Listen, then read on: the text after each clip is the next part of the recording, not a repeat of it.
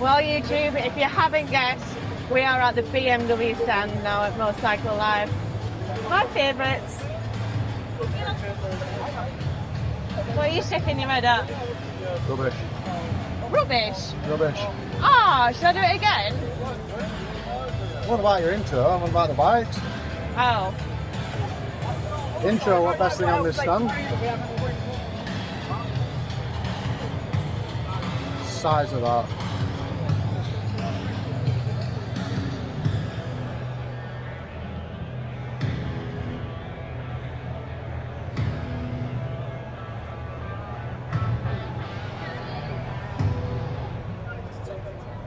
Just a little teaser there of some of the stuff we get up to over the season on these bikes. Now we're going to do a little bit of a history lesson, a little bit of a talk through the GS range, talking a little bit about GS. I feel like we've come in at the wrong side here with all these. To help me do so, we've got a couple of the instructors from the off-road school. One of them's fresh back from a rally in Qatar, one of them's getting ready to go to the Dakar rally again this winter. And they've got it sorted, haven't they? Show off some of the bikes. We have a round of applause for our two riders. We've got Mr. Neil Walker. Oh, feds are And here Mr. again. Ben Hardy. Oh, blooming heck. He's got twice as many names as you now. Really jealous. Now, the bike deals on, we're going to kick off with this one. It's the R12 GS. It's one of our favourite looking bikes in the whole fleet. It looks absolutely stunning. We've got the black one on the stand over there as well this year. It looks even better when it's doing donuts in the arena. Thanks, Sorry, I was in a You had your own little world there, didn't you? today? Now, the GS has been around a long time. You could argue that it started the adventure bike class way back in the 70s and 80s with that first R80 G/S. Things have changed. Now we don't consider electric start a luxury on a bike, we consider it a necessity.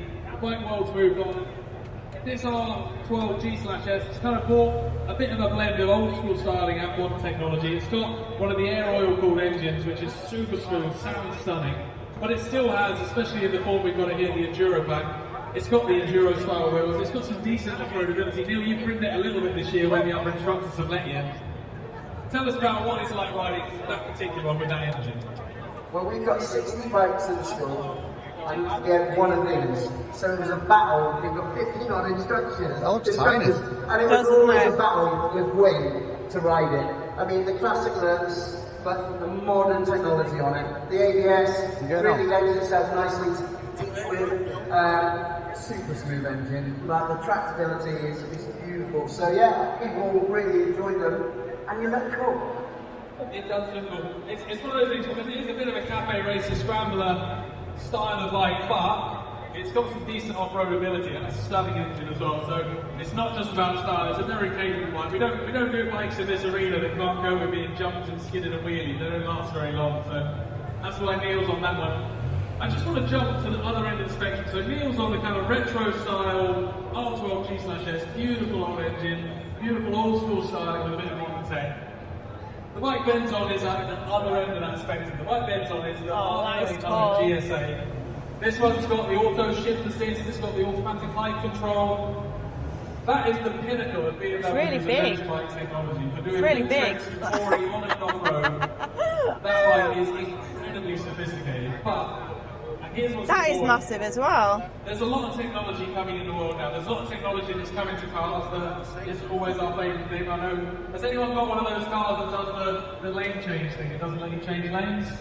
Anyone got one of them? Really annoying. When they interfere the whole time. We don't want that technology in bikes. All of the tech on that bike is designed to make riding better, make life easier, and improve the trips. The one Ben's going to demonstrate now, and I'm going to get Neil to demonstrate it down the bottom as well. Is he going to send it? Is the adjustable ride height. He should do a big burnout there now, imagine. Big down on the bike. Ben, talk us through how that bike can help.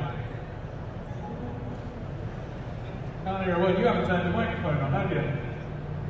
You have to shout. So the bike Ben's on has got auto height control. So when you come to a stop, it lowers itself. When you pull away, raises the suspension back up. Can you demonstrate that, Ben? Yeah, really now. Oh my god. So, yeah, like Chris said, at the touch of the button, I can change the ride height on this bike. So, I'm going to press it down now, so we go down and back, and then down on the front, and then again at the touch of the button I can bring it up.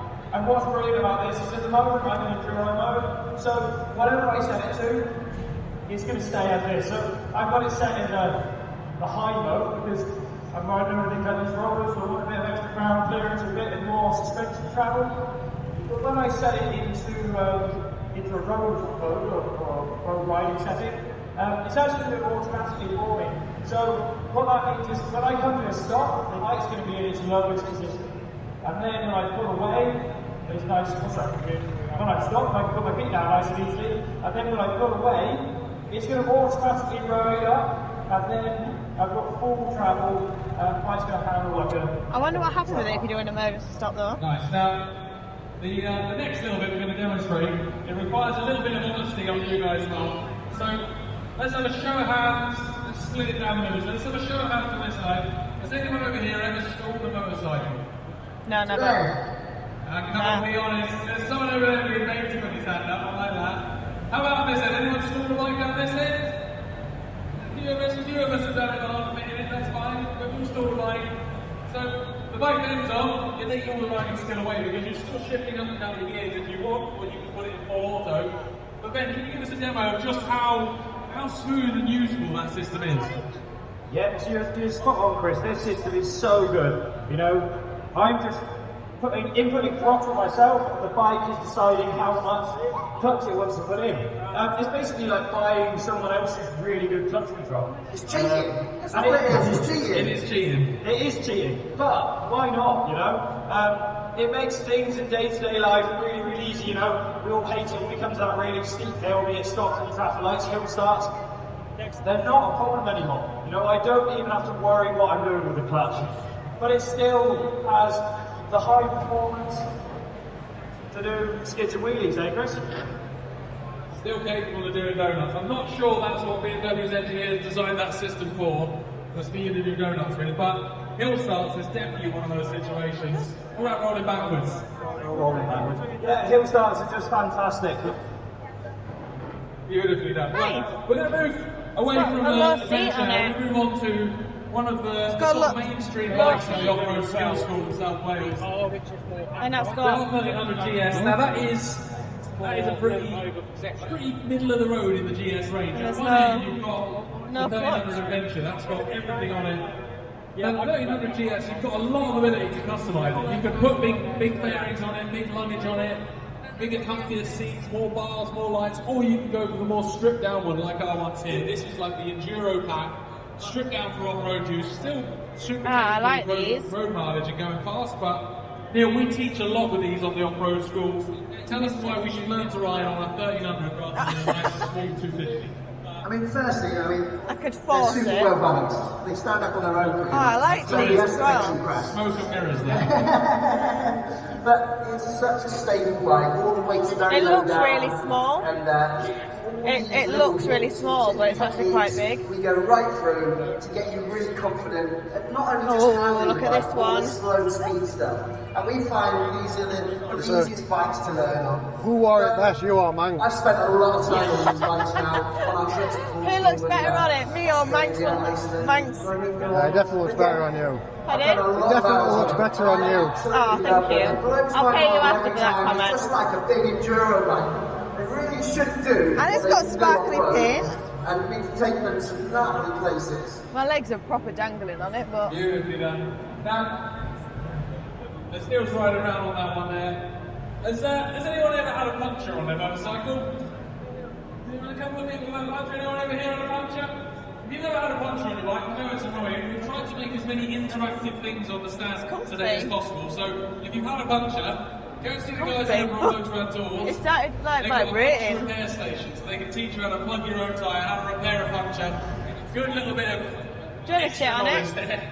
No? No one's paying any attention to that now because Neil started doing jumps in the middle of the arena. But yeah, definitely worth a check with those guys. And if you're thinking about going on trips and tours, have a word with them because they've got some incredible insights and some great knowledge to help out with that stuff. Now, do we want to see, I think we want to see some jumps, don't we? We want to see some jumps? Maybe, we're not sure. Yes! We've been doing Is it. there a catch prize? Yeah, there's someone there who wants to see some jumps.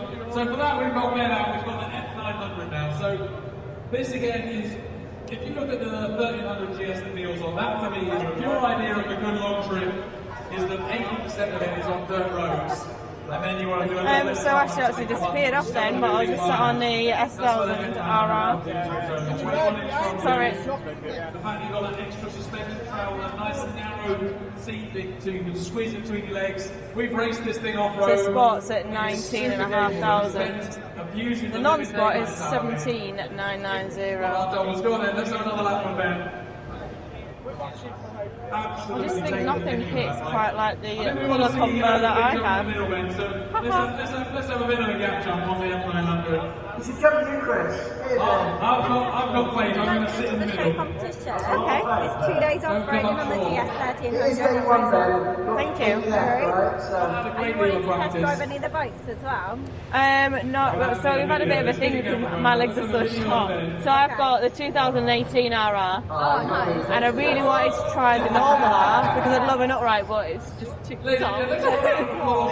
Yeah. Because obviously the GS 1300, the suspension lowers as you go down to 15 miles an hour, which is pretty All the cool. GSs do different things. All of them are biased maybe towards not the race looking one. more on the R12 GS, towards bigger trips on the adventure, towards more off-road, but all of them are super capable off-road bikes. We hear people all the time saying, oh, you couldn't ride one of them off-road, they're too big. Have you had an amazing time? Admittedly, Ben Yeah, it's been is so very good, talented. so good. 1600 probably over the same jump. There we go. Thank you very much. Good luck. Thank you. Hopefully you win. There's a lot more people leave. But I just want to prove a point now. I didn't see that. Neil's going to ride everything in the arena. And we're going to get Ben to follow him over on the adventure. Have you seen the sign? With the auto shift assist. So Neil, you lead around. It's really hard to hear what she was saying because of the background This is all noise. stuff we teach at school, by the way. Is that it for It is, VM? but we have a slightly bigger arena. We do, we have. I would say so. I think we're leaving it on a positive note here. So as always, thanks for watching. Don't forget to like, comment, subscribe, and hype. There's